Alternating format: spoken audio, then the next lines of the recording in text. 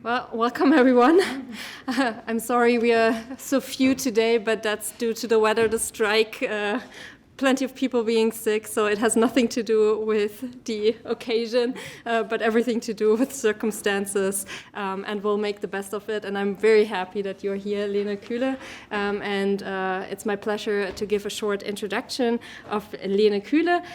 Lene studied religious studies, physics and mathematics, I learned, and received a PhD in the study of religion from Aarhus University in 2004.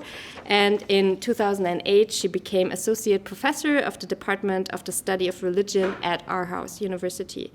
Then from 2015 to 2023, she was professor with special responsibilities in the Department of the Study of Religion.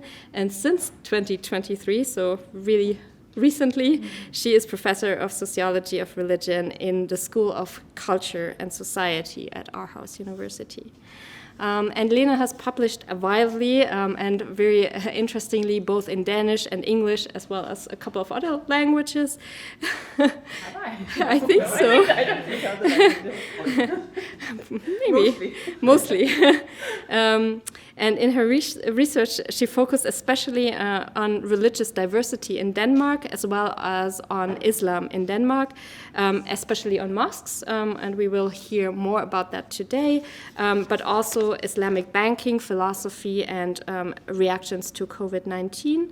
And her work includes a study, for example, on Denmark's mosques, diversity and interaction, published in 2019, and a survey on changes in the Danish population due to COVID-19, published in 2021. As well as a lot of books, chapters, and articles, and I'm going to pick just a few. One of them is called Constructing and Deconstructing Religious Diversity, the Measurement of Religious Affiliation in Denmark and New Zealand, as well as several other chapters on forms, formations, and deconstructions of religious diversity in the volume The Critical Analysis of Religious Diversity, which she edited with William Howard and Jørgen Borup, and published by Brill in 2018. And recently she has published, for example, When Space is to be Shared, Public Shiism as Part of Public Islam in Denmark, in the Journal of Muslims in Europe, or another example, a book chapter, Denmark, Christianity and Islam in Prisons, a case of secular professionalization and chaplaincy in religion and prison in Europe, a contemporary overview. She has also written on other topics, and they include, for example, religion in Asia, radicalization of religion, globalization, and also on Christianity in Denmark. And she has been part of the effort to map the religious landscape of Denmark, and in this capacity has been involved in creating and employing categories of what we would call here human differentiation.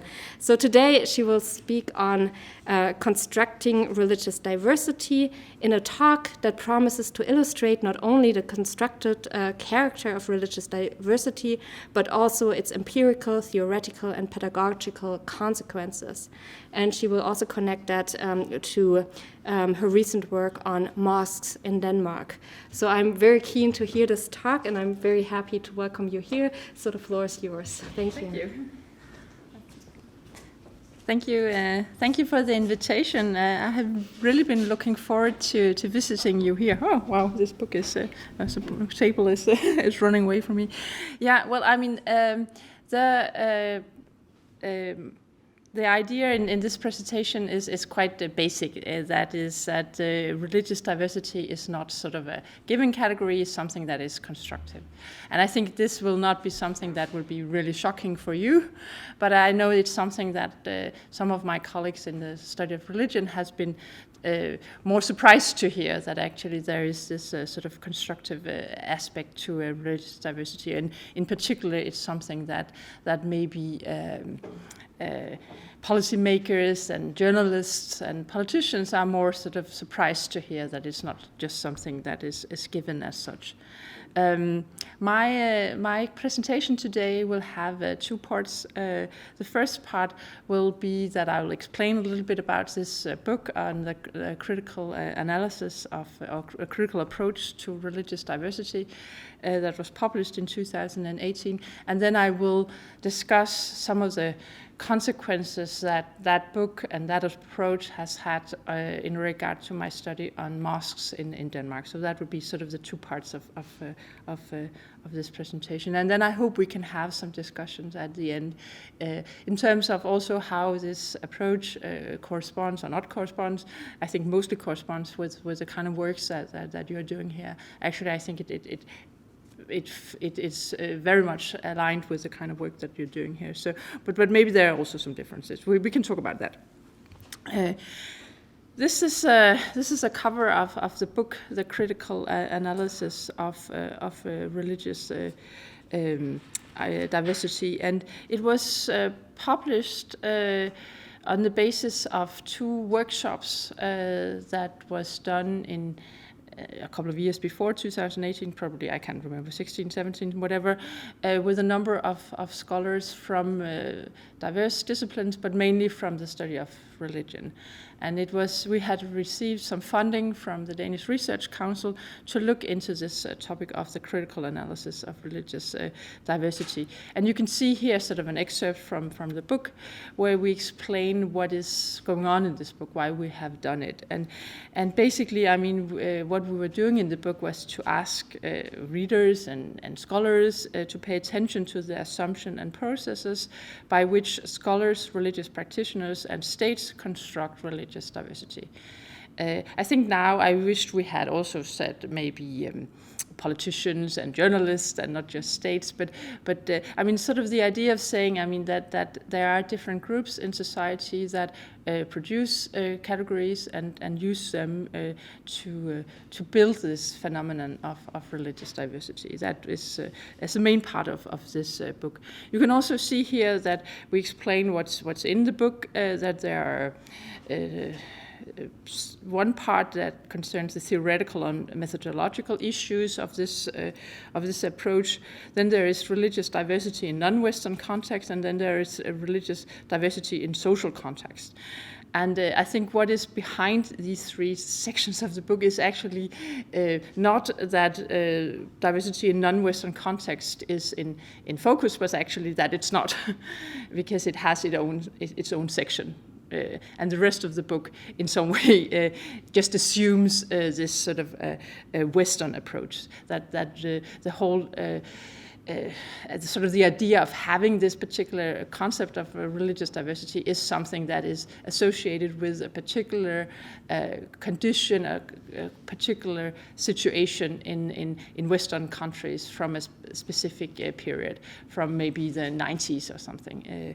That this came up as a topic, something that people were interested in, and not just scholars were interested, but also politicians and journalists and sort of whole kind of sort of media debates or public debates had an interest in this phenomenon of religious diversity.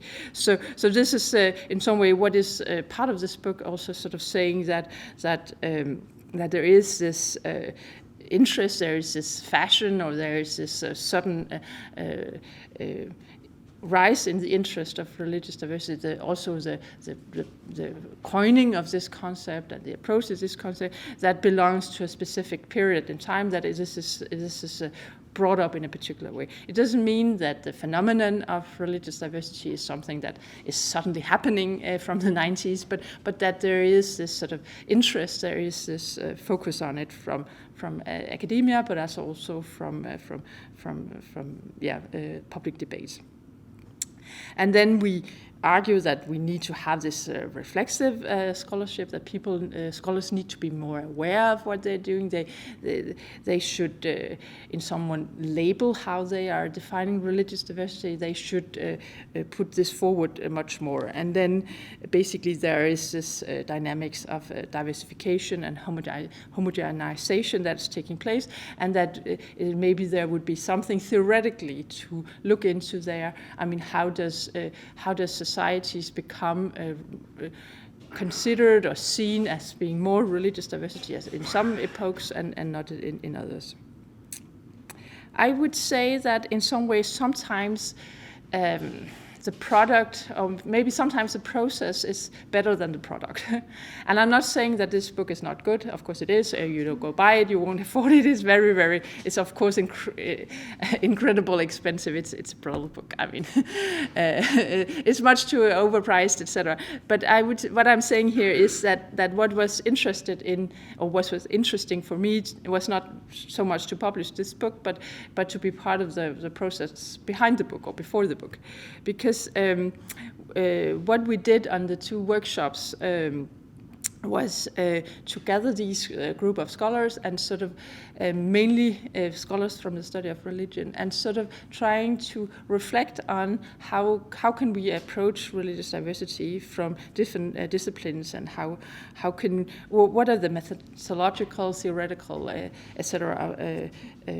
Consequences of looking at religious diversity. And this is a picture from our website. You can see with a group here of people here at the bottom, and we still have this website running, even if it is not as updated as it should be, like things, I guess, generally are. You start a website and then I'm happy to see you nodding. But what I was saying was that, I mean, at the workshops we did 2 things. At the first workshop we started to do a checklist. And this checklist was a list of what kind of questions are we posing to research and to researchers. What kind of consideration should people engage with when they approach religious diversity? And then we also did a database of references, and I think the database of references is in some way the world has changed in the last 5 years, where maybe people won't have these sort of databases of research publications anymore. But the idea was that because lots of research on religious diversity has been published in not in English, but in different languages, so that maybe we could gather all that research in this database. But as I said, I mean, I do think that this checklist is perhaps the most interesting part of the efforts we did and our interest in this project.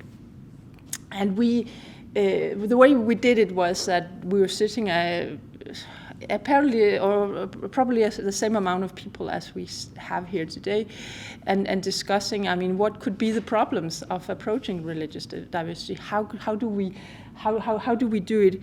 And for instance, there was sort of this question of terminology coming up, and at this time there was a battle within the study of religious diversity, where some scholars preferred the concept of religious diversity, whereas others preferred the concept of religious pluralism, and others again said that maybe it would be better to have a third term, a term that was less polluted and more sort of clean. It hasn't been used so much before because then it would be easier to go along with that concept and put whatever you want to have in that concept there. So this was something that was behind the question of the terminology. There's a lot of questions. You can go to the website. I'm just here taking some of the questions that are within each of these categories. I think there are like 5 to 10 questions within which category. So this was part of the terminology questions. Also, of course, the question of how is religious understood. I mean, this is something that scholars of religion are obsessed with. I mean, that's something that you will always come up. I don't know. I guess every discipline has this question where whatever people present, then one of the first questions will be, by the way, how are you defining religion? So this would, of course, so that was also, of course, part of it. How is religious understood?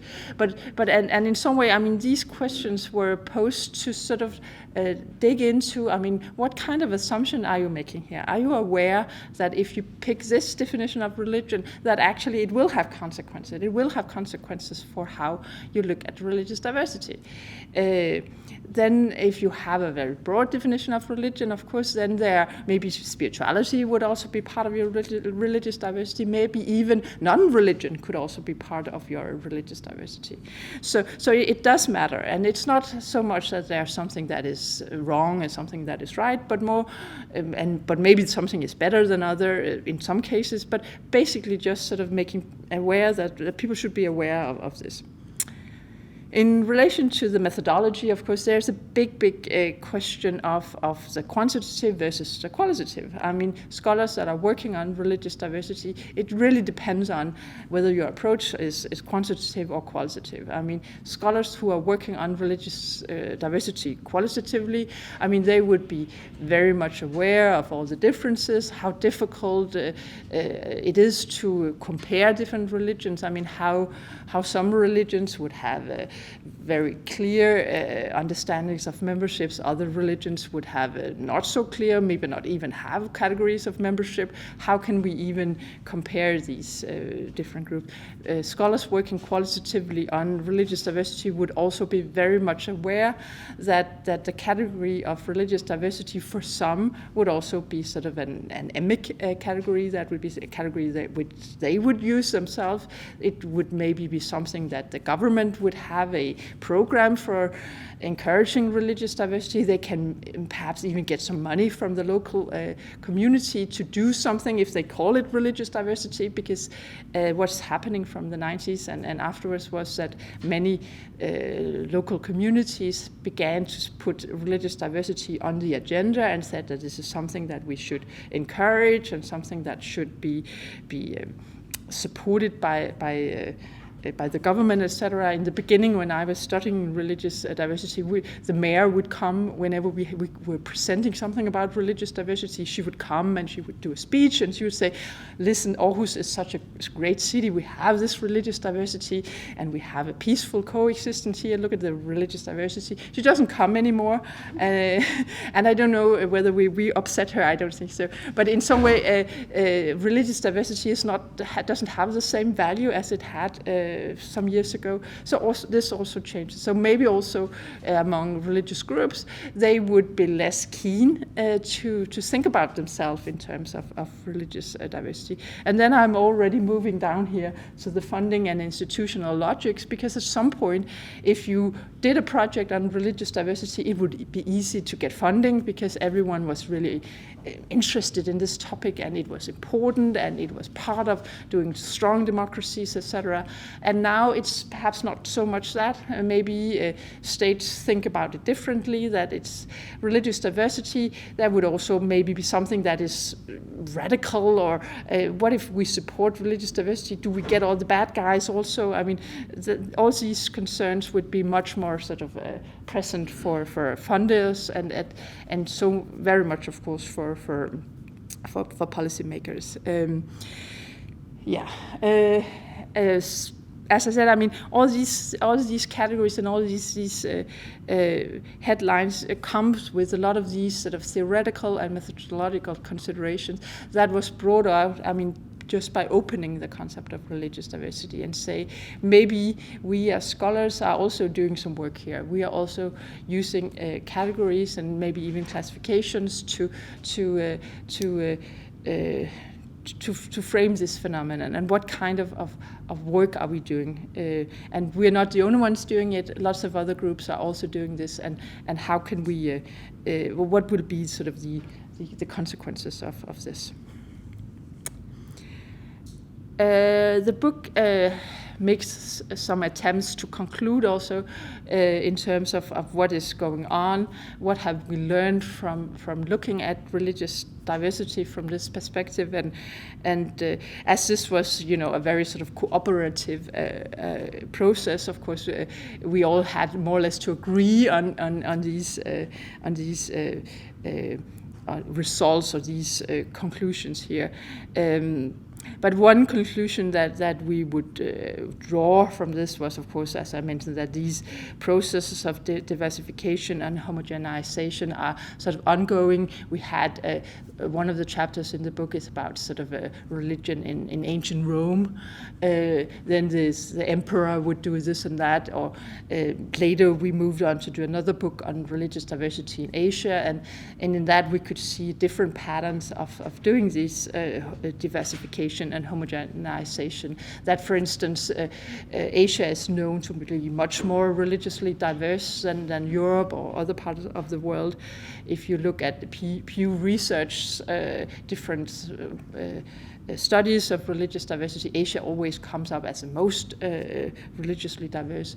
But it's also, if you dig down in history in different Asian countries, then you would find that at different periods there have been more diversity, and then there has at different times been less. And actually what came out of the book on religious diversity in Asia was kind of interesting, because whereas in the West you would have this narrative about sort of countries becoming more and more religiously diverse, actually in Asia the opposite would be more the conclusion that countries are perhaps not as religiously diverse as they used to be. So that's also very interesting, and also something that was very interesting in that book was, I mean, what happens when you take Pew Research categories, or sort of some of these categories that are used or comes from a Western context, and use them in Asia. What kind of consequences does that have for looking at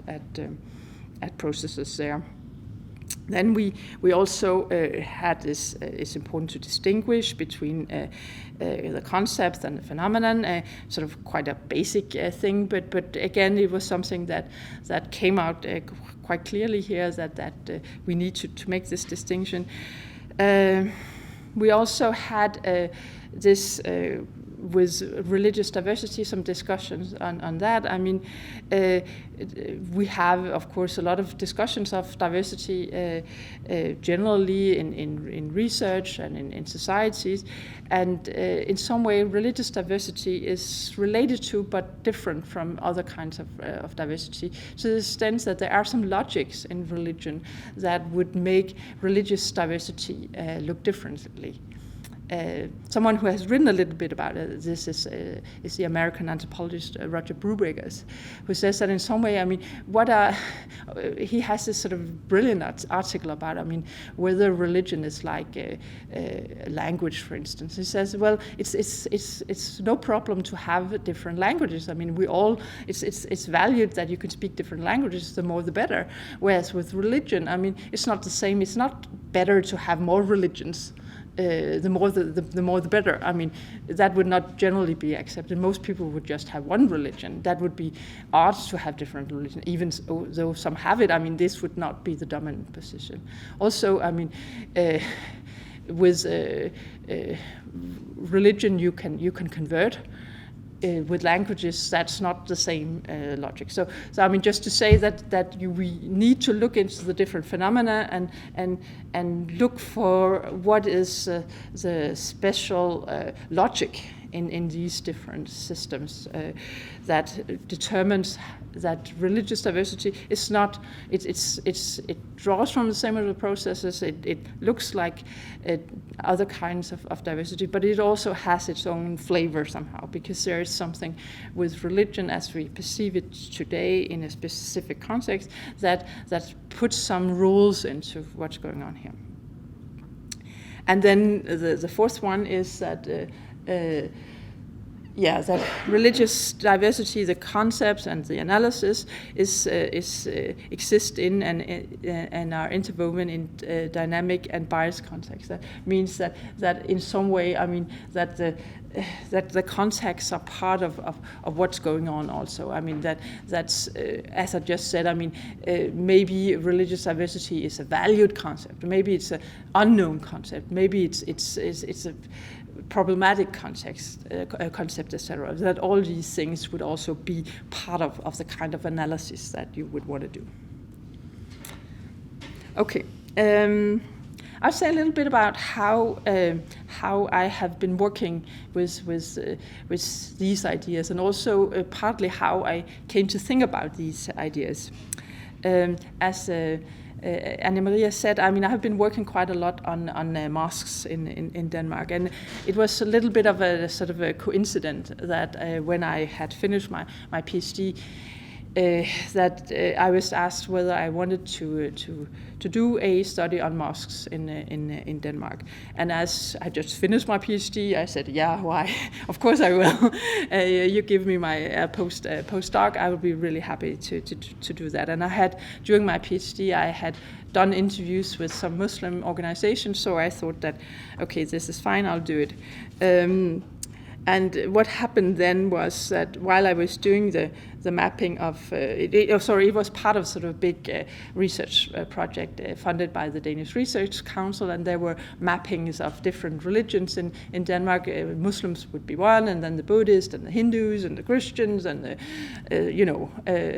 so this was part of the logic of this project, that we have all these different religions, and then we try and map how are they present here in Denmark at this time. And what was sort of really interesting was that this, while I was doing this book on mosques in Denmark, something quite important happened politically, namely that the newspaper Jyllands-Posten published their cartoons of the Prophet Muhammad, and Denmark entered what has been called the largest foreign policy conflict, or largest foreign policy crisis since World War II. So that was actually very, very massive, what was going on there. And in some way, I was almost finishing the mapping of mosques while everything broke up or came up, and I had to sort of finish and not do the last interviews because everything was so heated. When I published this book the year after, the book looked like this, and I in this book, and I think that may be what interests you.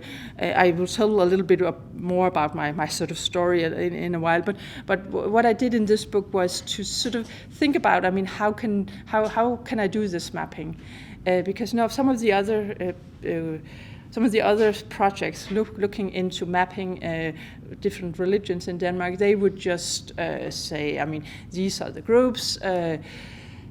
We have 3 groups here. They are these Buddhist groups. They are called this and that, and we have these other groups here. Whereas I felt that maybe it was necessary to do a little.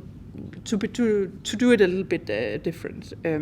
So I decided that I would do like this. I would divide, also because there were many more mosques in Denmark than there were Buddhist places and Hindu places. I mean, it was quite I mean, I couldn't describe all of them basically. I mean, I needed something to help me, some categories to help me. So I decided that I would make a distinction between 3 types of mosques: the organizational mosques, the layman mosques, and the sheikh mosques. And I took someone else's description of what I did here, because he puts it really nicely, but he also leaves something out. He explains, I mean, how the organizational mosques are mosques that is a member of a foreign or international organization.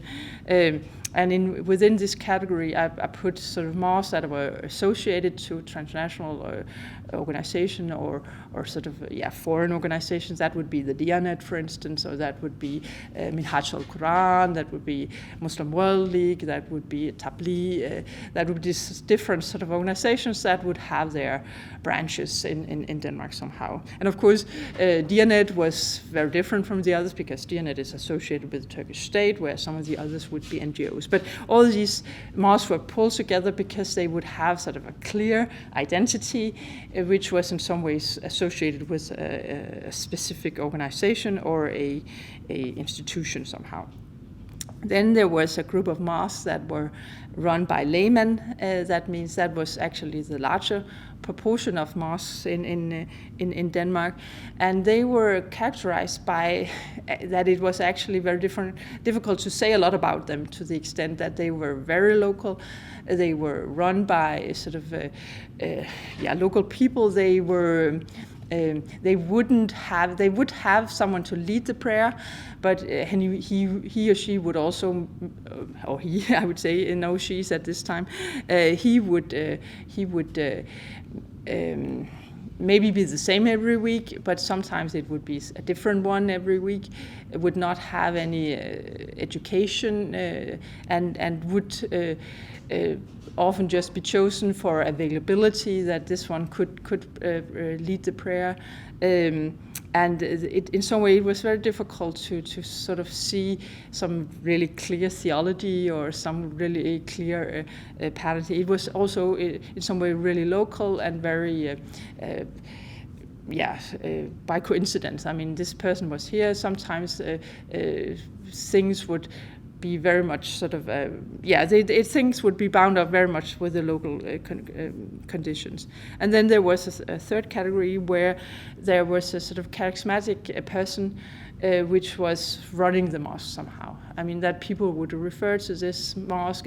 This is Abu Ahmed's mosque. This would be Abu Balal's mosque. This would be the mosque of this and that person. So it would be one person that would, in some way, form this mosque.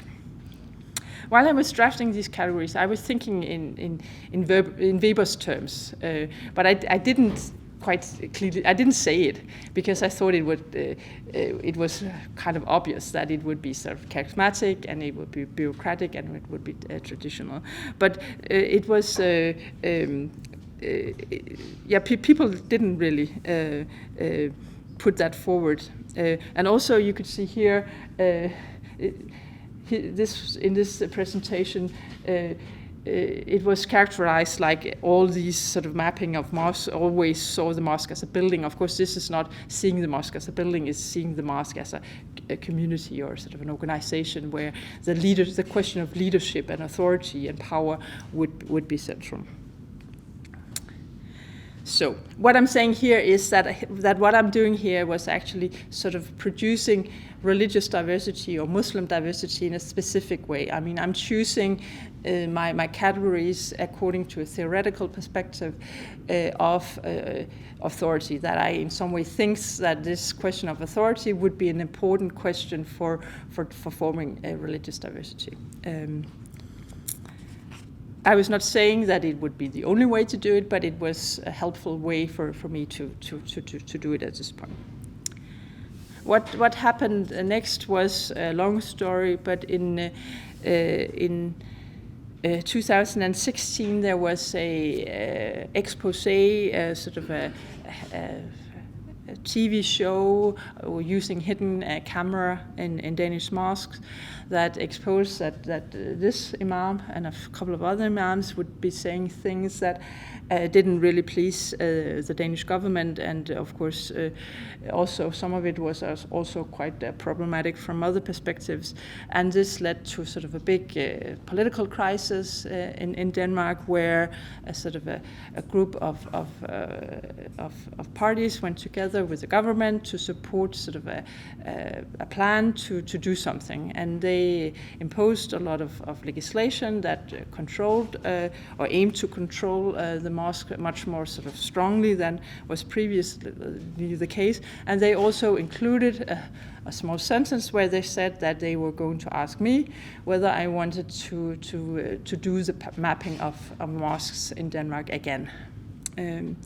And I was a little, in some way, of course, honored or whatever you may say that I was chosen to do this, but I was also not entirely happy, because I knew that this would be very difficult, because unlike my first mapping, where the question of mosque had not been politicized very much in Denmark, which means that actually many of the mosques would, when I came to do interviews with them, they would welcome me, and they would also of course, yeah, that is perhaps not so weird, but they would also not think that this was something that could backfire them, or that this could be something that could be used against them, or this was something that in some way could have consequences for them. At this point, I knew that this whole thing has changed, that now they would be more suspicious and it would be much more difficult to do this mapping.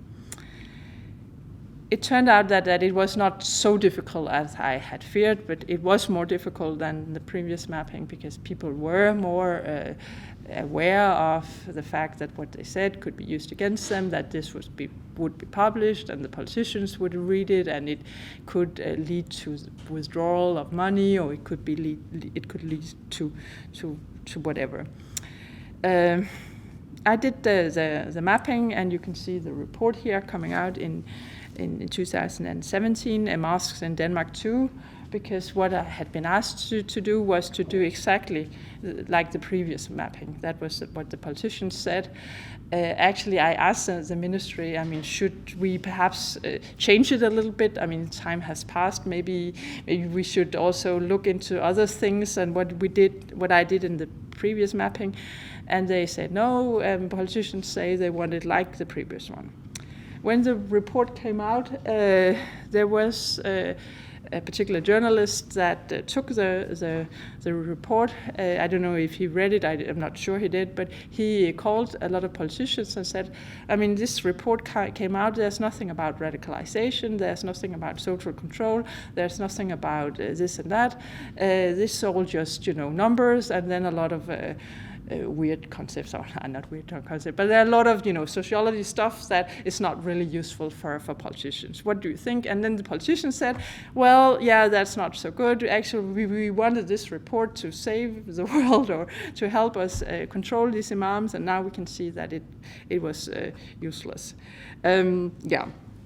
So why am I telling you this? Of course, I got very frustrated and unhappy with this, and I decided I will never speak to journalists, etc. And that would be a completely different story. I have told some of it to anybody I met. But what I did was that I found that maybe I had collected a lot of material for this report, and also a lot of material that didn't go into the report. So I would instead do another book, which was a real book and not just a report. And this was this book, Mosques of Denmark, which was published in 2019. I did it with my assistant, Malik Larsen. And what I did in this book, and now we are finally at maybe one of the places where things become interesting for you also, is that I, in this book, applied 3 different classifications of mosques in Denmark. One was similar to the classification I did in 2006. This was lay mosque, organizational mosque, and sheikh mosque. But then I did another one, which was urban rural, and then I did a third one with a different ethnic background. I could have done more, of course, but these were the 3 that fitted into this book.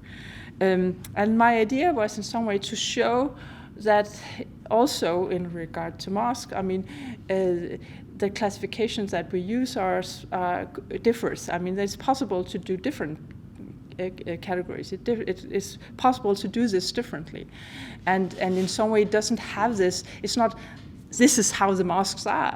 This is how I look at the mosque. If I take this perspective, if I look at it from authority structures, then the mosque would look like this. If I look at them at the mosque or from the perspective of urban and rural, then some mosques would come in this category, others would come in this category, and that would Muslim diversity in Denmark would look like this. If I categorize according to the different ethnic backgrounds, then you would get this kind of results where you would see, for instance, that Pakistanis or mosques with Pakistani background in Denmark, they would be located in the Copenhagen area and the Odense area. There would be no mosques there, etc. And you would see how how some of the ethnic groups would have sort of connections all over Denmark. You would see that some of the and you would see how the conflicts within the different ethnic communities would show up in the mosques also, that they, in some of the ethnic contexts there would be sort of very many different mosques, because there would be very many different or there would be many different positions, because there was a lot of conflict in some of the ethnic groups. There would be interference from foreign states, from the Turkish state, for instance, from the Moroccan state, whereas in other of these ethnic groups there would be very little interference, or maybe these groups would more sort of search for the Bosnian group, for instance. They would try to get the Bosnian state to support them, and actually they would send money to Bosnia, whereas, for instance, with Morocco, the money would go the other way, etc. So, I mean, depending on how you choose your categories, I mean, you would have very different views of the Muslims, of the mosques in Denmark. And of course, in some way, what I'm putting here is that what I'm also doing here is, of course, in sort of showing a variety of different results you can get from this. How interesting, how this classification would mean that you are overlooking something, that maybe the thing with the money flows with the Moroccan and Bosnian, the difference between that, you wouldn't see that if you classify according to the lay organization Sheikh Mosque, for instance. But I'm also saying that putting these three next to each other in the book, I'm also in some way destabilizing the power of classification. Sort of saying that in some way, I mean, this is something that I'm doing. This is not the truth forever. I mean, it's possible to come with different classifications and some would be better than others perhaps, but they can all put different sort of lights on this phenomenon, and in some ways, showing that this is not what mosques are, but this would be, if you put on these glasses, this would be how they look. I promised also to have some pedagogical things here, because what I've also been doing is that I have made some teaching material for secondary schools, which apply the same logic, saying, I mean, look at the mosques in Denmark and try and see what will you see if you put on these glasses, what will you see if you put on these glasses, and sort of allowing them to try and do this themselves. I mean, to see that mosques are complex organizations, that they are not either radical or moderate, but that they have all these, they have this complexity in them, and they shouldn't be reduced to some really simple classification of moderate and radical mosques, but that there are really many different things among them, and also sort of inviting them to say, I mean, what kind of classification would you use? What would that allow you to see? What would be useful for that? Yeah. So what I'm saying is that from my work on religious diversity in general, and perhaps more specifically with the mosques in Denmark, I find that in some way they all sort of rotate around this sort of statement from the book on critical analysis of religious diversity, that I'm warning, you may say, about this sort of uncritical reproduction of narratives about religious diversity. That in some way, and I think that this maybe goes more to scholars of religion than maybe to this group, but that in some way, I mean, to be aware of what kind of work that the categories are doing for how we look at the world. And I think that in some ways this was what we have tried to achieve with the card book and the work that we've been doing there, and what I continue to do somehow. I mean, to also in some way put in these more sort of political and maybe ethical aspects into the question of how we do classify, how we categorize, how we use distinctions in general. And as I understand it, this would be something that it's very interesting for this book. So I look for this group. So I look forward to some questions and some discussions. So that was what I brought to you.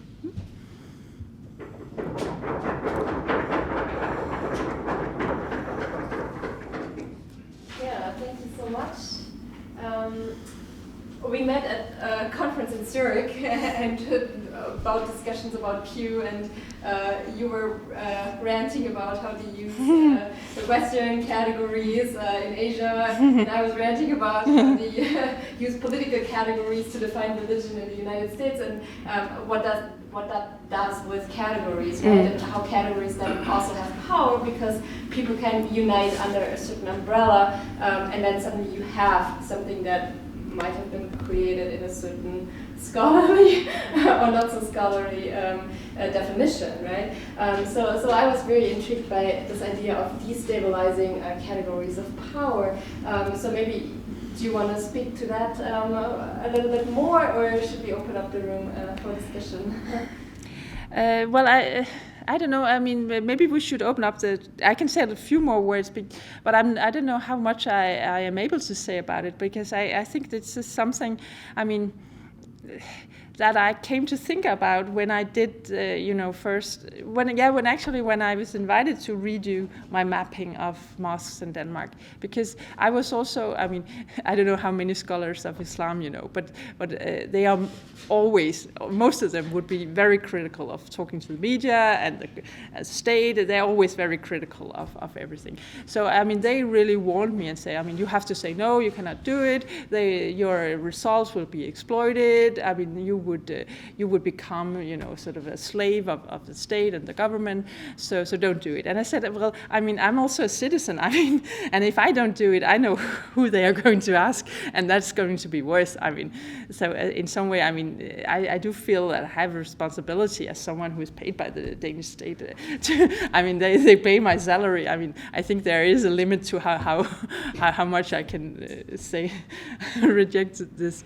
But I thought a lot about, I mean, how do I avoid sort of my sort of categories and my classifications to be used to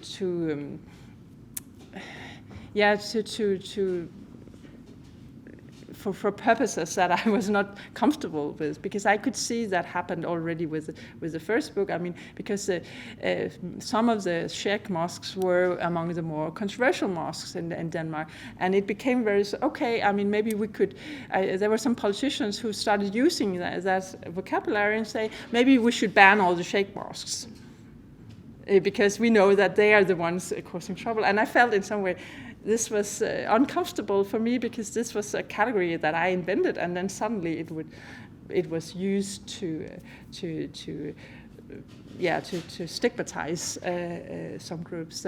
So I think that was actually in some way what I tried to do with this book, to give also the mosques a way to not being stigmatized by my categories, because they in some way having all these different approaches would speak less to sort of this stigmatization coming from a specific type of classifications. So I think, but I mean, I would really be interested in hearing your thoughts about it, because I think maybe you have more to say about it than I actually have. We'll open up the floor for questions. And I've been asked if you could repeat the question asked into the microphone just for the camera. Yeah, Benjamin Stutz. Yeah, thank you very much for this interesting talk and the presentation of the project. And I was wondering, you didn't say that much about the term diversity, and I would like to come back to the beginning of your talk and think about the term diversity and what it actually implies. Because I think there's a reason why diversity is a term that is really embraced by commerce and advertisement and the commercial world of products. And the reason is mainly because diversity is in the Western world, I think usually implies a matter of choice, free choice. Mm-hmm. So the free choice of, for example, identities in diversity of identities is sort of like a parallel with the diversity of products that could, you can have shampoos for all the different kind of hair you have and all the different kind of identities. So I was wondering what you think about this part of religious diversity, because of course there's a problem with religious diversity when you think about it in the matter of choice, that culturally it is so different if religion is at all a matter of choice or not. Mm-hmm. And I think the only society that I've actually experienced where you could think of religion as a matter of choice is actually the United States. Because there, at least in the Christian communities, you have this sort of, you can always change, people change all the time. They just go to a different church and then they become Methodist or they become something else. So that's something we don't have here, except for some, like free, like cults or free churches and so on, evangelical churches and so on. But in the broader terms, even in Europe, you don't have this sense of religious freedom of choice. You're born into religion, and especially, of course, for Islamic culture, there's no way that this is a matter of choice, whether you're Muslim or not. And so I was thinking about this problematic of the term diversity, and of course there the construction is very obvious that this is not actually something that people choose when they're, for example, Muslims in Denmark.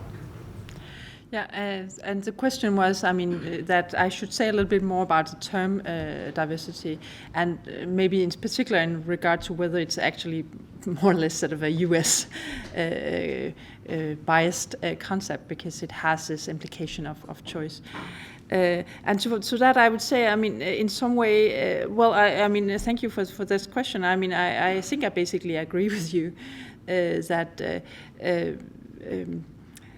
there is this sort of dimension of questions relating to the question of choice. I think the reason why we use the concept of religious diversity was that it was thrown to us at this point, that this was what everyone was talking about. This was what the hype was all about. And what we did, I think we did it in this book, or otherwise I've done it every time I've written about religious diversity, is to sort of suggest different ways religious diversity is being thought, whereas one would be this voluntaristic way, and others would be sort of the presence of different faith traditions. A third way would be sort of a different religious groups, which has memberships. A third way would be different fractions within one big religion. For instance, in Denmark, 75% of the Danish populations are members of the Lutheran Church. And so it's a very, very, very big church. And it has, historically and still has many, many different fractions within it. So actually it wouldn't be so interested that people are members of the church. It would be more like, are you in a mission? Are you Grundtvigen? Are you with this and that? So actually there would be this sort of different positions within that church. So I think, I agree with you that there is, it's really problematic if you associate diversity with this free choice, because then it would be a concept that is only applicable to very specific contexts. But and maybe we should call it something else. Actually, maybe I was one of the persons who thought that maybe we should call it plurality instead, or take it more neutral concept. So I don't know. Sometimes, as I said, I would always, when I write about it, sort of make these distinctions and say this is just one way of conceiving religious diversity, and it's not applicable to most contexts to have it as this voluntaristic thing. So we have Sasha Dickel, then a couple of questions online, and then Axel Schäfer. So Sasha. Yeah, thank you so much for your presentation. I asked myself how close or how far away your categories are to the categories that the actors used that you interviewed. So I'm intrigued by the question if the mosques classify themselves in the way that you outlined here, for example, or if they use totally different concepts. For example, differentiate between rich mosques and poor mosques, small and big ones, or what kind of categories are important for the mosques themselves. That's the question that I ask myself. And in what way have your categories, or were your categories derived from the self-categorizations of the mosques themselves? Yeah, so I mean, the question is, I mean, these categories of different types of mosque, I mean, how much are they my categories and how much do they arise from my fieldwork among the mosques? And I would say a little bit in between is something. I would say the Sheikh Mosque was deeply inspired by how the mosque would talk about. They wouldn't call themselves a Sheikh Mosque, but they would say in this mosque they had this sheikh. They had so in some way the reason why I put that is it's not it's directly coming from, and I think that that category actually speaks quite well to. And I also heard some Muslims sort of use that, or that was something that they could connect to. Yeah, the other, I think the others have a different character, maybe, that I mean, they would come from my sort of, I mean, they wouldn't call themselves a lay mosque, but they would call themselves a mosque which has, they would know in some way that, I would say that they wouldn't use these terms, but I think that they would understand this categorization quite well in terms of, I mean, they would talk about mosque, for instance, being, this is the Diyanat mosque, this is the Minhajul Quran mosque. They would use that sort of, so that would be the organization mosque would be my sort of umbrella term covering this. So I don't know, that was a muddy answer maybe, but I think, I mean, I think that many other organizations or many other concepts are coming up now. For instance, sort of a youth mosque compared to sort of a traditional mosque and a mosque of the older generation. And I actually try to use that a little bit, but some of the mosques, or some of the young people actually said, I mean, this is not appropriate. I mean, we would never make a mosque that where the older people are not welcome, for instance. So I mean, I think that there is something that in some way in many of the mosques that where they would be unhappy for their mosque to be categorized in a way where it would seem that not everyone is welcome, because for many that would be really important to say everyone is welcome here. And of course, I mean, in some way, I mean, I had one conflict, or how to put it, with a mosque in Aarhus. In accordance to the different ethnic background categorization, which is, I think, perhaps the most, in some way, emic, because everyone would say, this is Turkish mosque, this is Pakistani mosque. This would be quite common to have these kind of distinctions. But there was one mosque in Aarhus that we had categorized as a Somali mosque, where they were very, very upset with us. I say, I mean, this is absolutely not a Somali mosque. And we had, I mean, it was not like something that we would just, look at them and say, oh, okay, you all look like Somalis. It would be more that, I mean, we would look at the members of the board to say, I mean, what kind of ethnic background would they have? And in that sense, it was a Somali mosque. But what they said and was that, I mean, this is us breaking away from the traditional Somali mosque. Because for them, the Somali mosque would be the mosque of their parents, which was very much sort of only for people with Somali background, whereas their mosque would predominantly attract younger Muslims with a Somali background, but someone else would also come. But it was important for them that they were breaking with so I think in some ways it's always very difficult, because if you select some categories which are fitting, then you may actually get more into trouble, because that would also be part of the kind of conflicts that there are among the mosques. So it's and I think in some way, I mean, it's helpful to have different categories here, because then then we drop that categorization then in accordance to you then you will just become a urban mosque. And okay, yeah, we are very much an open mosque. Thank you. We can see ourselves being part of that category. So, yeah, I don't know. And also, in some way, I mean, if you study, I guess no matter what you study, but in particular if you study Muslims in Europe, I mean, there's no way that you will just be popular around in all places. So, I mean, I've tried to not become too unpopular, but of course there are, yeah. I cannot satisfy everyone.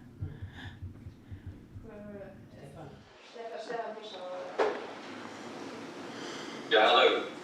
Can you understand me? Unfortunately, the snow prevented me from coming in flesh. Thank you for your talk.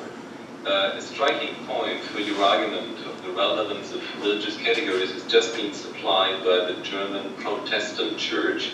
It made a survey, perhaps you know that, on confessional belongings in Germany some weeks ago. The numbers were 25% Catholics, 23% Protestants, and 43% without confession. Much more revealing was its results on religiosity. That's the intensity of affiliation, the intensity of believing. The secular people grew up to 56%, including more than a third of the church's members. The next group of 25% was called religiously distanced by the Protestant church, and only 13% counted as religious in terms of really affiliated to the two big churches. We in the CRC found some highly interesting results in terms of what we call indifference, which can be found in national indifference, gender indifference, or religious indifference. I have two questions related to that. Do you know of similar international surveys on religious indifference, and do you have an idea for a new name for religious studies in order to cover all those post-religious majorities? So, worldview studies, or is some linguistic currency underway? We don't know. Well, thank you for that question. Yes, I mean, I was just saying that maybe the concept of religious diversity is not so much in vogue in the study of religion as it was maybe 10 years ago. And actually, I would say the concept that is most in vogue at the moment is the non-religious, which would be an umbrella category covering all kind of different ways of being non-religious, which would be many of the categories that you mentioned, the more or less distance and the atheist, and I mean very, very, very many different ways. People who would consider them non-religious but still would celebrate Christmas, or I mean sort of cultural Christian, and many different ways of being non-religious. So and I mean there was I'm myself associated to a big a project in Canada called Non-Religion in a Complex Future, which has a sort of I don't know 50 scholars involved from different countries around the globe. So I mean the non-religious are very much what people are talking about now, and I think so many of the results that you point to would also be would be similar in countries like Denmark, for instance, and in Denmark, I mean, what people are talking about there is, I mean, how come 75% are members of the Church of Denmark, and maybe 10% believes would say that they are believers. I mean, and maybe 3% would attend a service. I mean, this is odd. There's really a disconnect between sort of identity and practice and belief, which is accelerating even. So I mean, important things are taking place here. So thank you for that question. I think the spiritual but not religious was famous for quite a while and popular in religious studies. That sort of gave you that trend of saying membership is not necessarily that's true. the same as religious experience. And now we are at the non-religious secular studies. I think Axel Schiffer I have two questions. Yeah. One is going back to the issue of diversity that Lene mentioned. Now, one sort of concept that is in the background is this notion of consumer choice.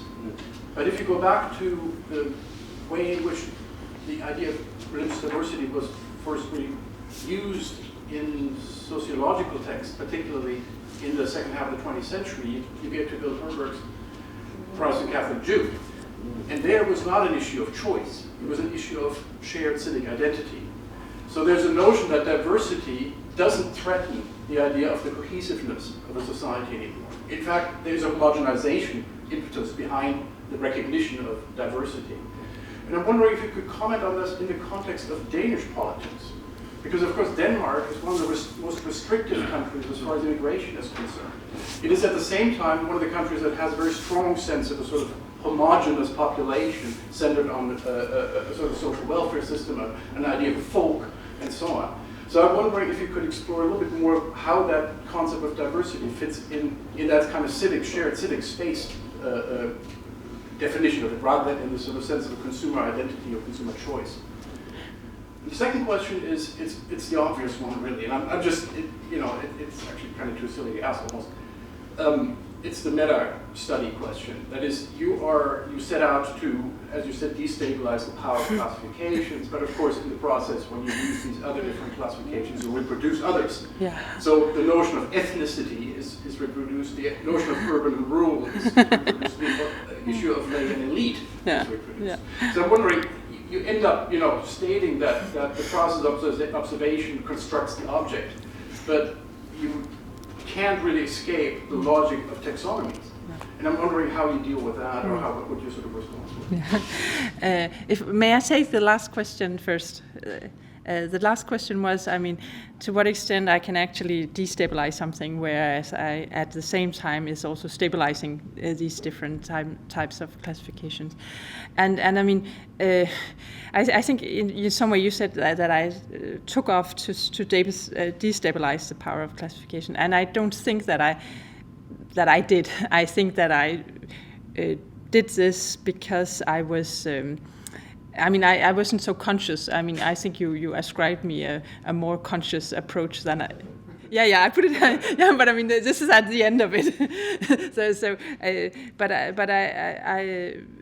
I think that you are right, of course, that in some way. But I would perhaps argue that having the many different, that would in some way that the destabilization comes with having. We can do this and that. We can also take other types of classifications that are maybe less tainted somehow. That the destabilization would be in sort of saying that there's not one truth here, that they would all in some way be replaceable, or they would all be just my approach. You don't buy that's a stability. No, but you look really skeptical. No, we take that later maybe. But the other question was sort of the Danish situation of diversity, and how does the question of religious diversity fit into a Danish context where Denmark is known to be one of the most strict countries in Europe in regard to immigration, and also having recently not actually taking a step back. You have probably heard that Denmark will reintroduce a blasphemy clause here maybe before Christmas or something. So, but in order for right-wing activists not to be able to burn Qurans, because that has also produced quite maybe not as big as the Khartoum controversy, but still a quite big foreign policy crisis, that the people would consistently burn Qurans in Denmark. Well, I think in the Danish context, Denmark has been quite clear for many years that Denmark is not a multicultural society. It has the Church of Denmark, which is written into the constitution. There's no equality in regard to religion. This church is privileged, and it receives funding directly from the state. And the state also gets church taxes to the state. It doesn't do that for any other groups. So in some way, I guess the answer is that, I mean, in that way, I mean, other religions can be in Denmark, and there's also set a different system for them. I mean, religious groups can become recognized religious communities, and they can have some privileges there. But it's just in some way very different from the status of the majority Lutheran Church. So in some way, I think it fits with a sort of an old theological distinction made that maybe Christianity is not a religion, whereas the others are religions. Yeah, but it's not logical, and I think it's something that where Denmark has in some way takes a different perspective or takes a different stance than most other countries. And we're just saying, I mean, that this is that the Lutheran Church is not part of that diversity. There's a diversity, and it's something that should be kept private. The state doesn't interfere. It doesn't have conversations with other religions, and there can be other religions in Denmark, but the state doesn't really care about them, you may say, or they are there as any voluntary organizations.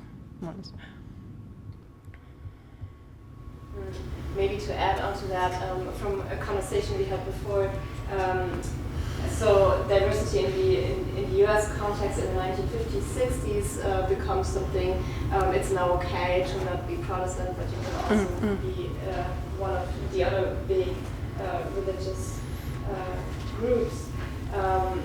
But within the European context, it seems that diversity, and that's something you just basically said, is diversity is minorities, people who do not belong to the political power, basically. So accounting for those who fall outside of a certain norm, maybe. We have all these trends of diversity management, which seems to be giving money to underrepresented groups, but not necessarily accounting of really what I think your projects try to get at, which is accounting for all like a plurality of positions. So can you speak on the complications of using that term in the current political climate as well? Or?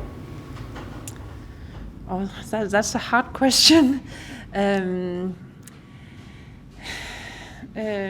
I think in some way, I mean, if you look at religious diversity in the Danish context and in the context of many other countries, it would be very different from that kind of sort of abstract diversity where all religions are equal or whatever. That it would be very context. I mean, I would, for instance, say that in Denmark and maybe also in other countries in Europe, if you look at the presence in public debates and the interest in from the state, etc., I mean, then there would be Muslims and non-Muslims. I mean, that this would be a more relevant sort of.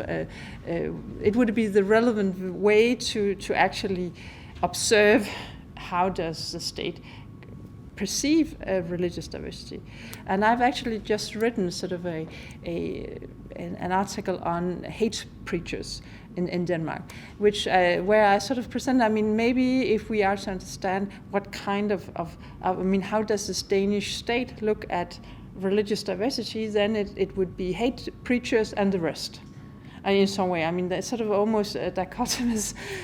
Whereas, sort of, I mean, Muslims are welcome in Denmark as long as they are not hate preachers. If they are hate preachers, that they should be stopped at the border, and they will be. So, in some way, I mean, this is sort of the good Muslim, bad Muslims put into extreme, and I think in some way it does not.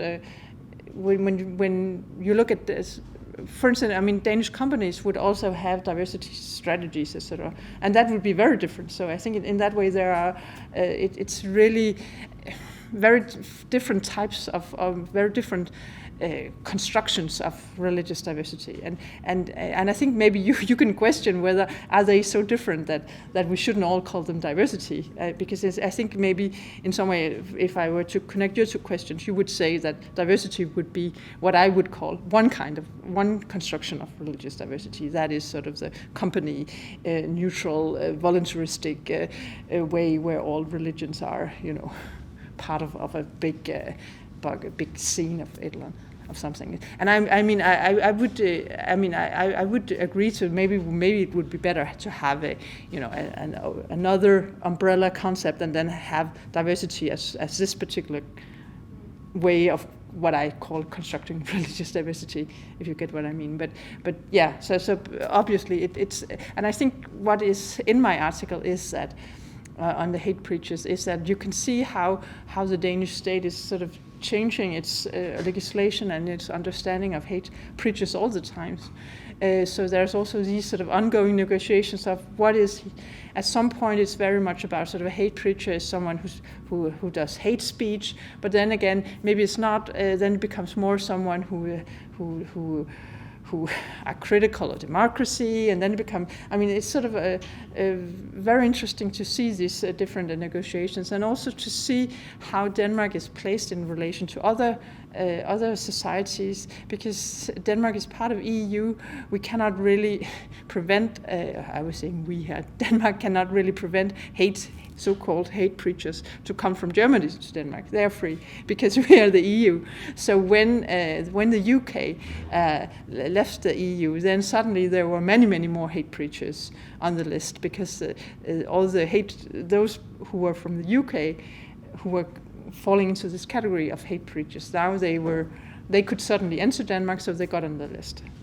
But it's also, I mean, it's also very complicated, because some of them, people who are on this list of hate preachers, they are also, they are sort of having problems in whatever country they come from, where they are imprisoned, and some of them are sort of not friends of Erdogan, and Erdogan will put them to jail, and then the Danish government is like, okay, are we actually helping Erdogan here by having this concept of hate preachers, or so it's really very complicated, because there are so many different things going into this construction, which is the EU membership, the relationship to because many of them are from Saudi Arabia, they are from Turkey, they are from the UK, but then I mean there's a lot of foreign policy things here also, and actually I mean just a couple of weeks ago there was sort of an announcement made that I mean there are some hate preachers that we cannot put on the list for foreign policy reasons. So it's a very different game if these constructions of religious diversity are done in a political context than when I do it, because it has real consequences to be categorized as a hate preacher by the Danish government. Then you cannot enter Denmark, for instance, or you cannot enter the EU. I'm sorry, Denmark has taken charge of all of it, because if they are put on the list, they are actually put in that sort of a EU system, so they cannot come to Germany either. Any other questions?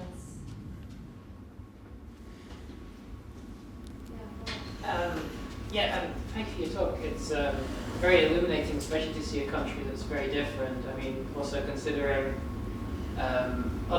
Germany's still quite religious with a Catholic-Protestant split, but the UK, for example, is... it's another matter, your talk was kind of, the methodological considerations of your work. And I was just wondering if you found a solution to the dilemma you presented, because it seems to me that mapping itself is a kind of, it's a synoptical, it has a certain amount of power, or with Bourdieu, to speak with Bourdieu, a kind of privilege of the academic view on the world. So it seems to me a bit that you're kind of fighting with the privileged view that your mapping entails. And so did I understand you right that you've kind of found a compromise by trying to use enetic categories to kind of navigate this dilemma? Well, the question was, I mean, how can I navigate the dilemma of the power of academic categories, and whether I found a solution to that. I think I'm still struggling with it, because in some way, I mean, it's also in some way we also want to have power sometimes. I mean, it's not like, I mean, I don't think the solution is that academics should not have power, but I think that the solution is that we are very careful how we use our power. And I mean, I was just approached by the Danish security service who said that maybe it would soon be time to do another mapping of mosques in Denmark, and I said, isn't it a little bit too soon? But I think in some way, I mean, I guess if they approach me and say, here's the money to do it, I think it would be hard for me to say no, because then they would get someone else to do it. And but I do think it's difficult, and I think it's I mean, I think also in some way it's difficult that people take what you do so seriously. I mean, and of course it's good in some way, but I mean, I have experienced that a sort of a convert to Islam came to me and said, I mean, do you think it's possible to be a Muslim and Dane at the same time? Because I've heard people say that's not possible. Whereas I was like, I mean, you're the one who decide. I mean, that's not up to me. I cannot decide whether that is. Well, I didn't say it like that, but I mean, that's you're actually the one who has the power to determine it. I'm not the one that determines it. But I think it's quite well known in the study of religion that I mean that sometimes religions take really serious. I mean, what scholars say about them. I mean, my colleague Jan Borup, I mean, who does studies of Buddhism, I mean, he has very often experienced that when he talks to Buddhists, then they would reproduce what he has written about them, because they think this is how we are. Where he's like, So I mean, I think that's if you want to study these sort of looping processes, I think religion would be a really good place to do it, because I really and I mean this book on mosques in Denmark, I mean, Danish Muslims generally really like it, and they read it, and I have sent it out to everyone who wants it, and I said, here it is, look at it, and they like the pictures. Sorry, I should have brought it here. So there are many pictures in it. So in some way, I am really sort of forming them and their own ideas about themselves. And I may add that, I mean, I'm also involved in a project, or sort of an informal project on the non-Muslim production of Islam, which is sort of an idea that non-Muslims are also helping to produce Islam by saying a lot of things about Islam, and in some way, some also, I mean, even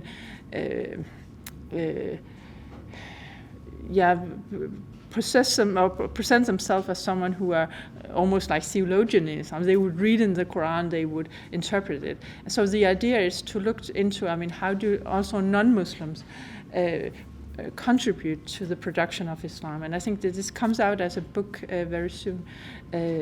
But it's a concept coined by a Danish and a Swedish scholar, and I think it's quite useful. I mean, because it shows us, I mean, all the many projects of production that we are involved in, and of course the production of Islam would also in some way be something that I'm part of. So if you are to write about how is Islam in Denmark produced, I mean, I'm also an actor in it, and I'm not saying that I should avoid being that, but I just think maybe that what comes with all of this is sort of having these reflections on it, and not just doing it and not thinking about it, but I'm really thinking deeply about it. So yeah, and I don't have really any sort of solutions other than maybe being open about how you're doing things, and being really curious about the consequences of what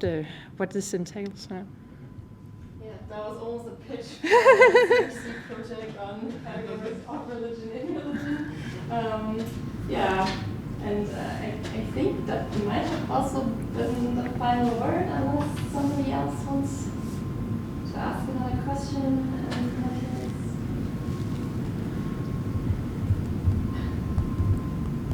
All right. Yeah. If that's it, thank you so much for a very inspiring talk. And thank you for your questions. I hope I responded. I still feel maybe I didn't quite respond to your questions. Yeah. Thank you. Yeah. Thank you.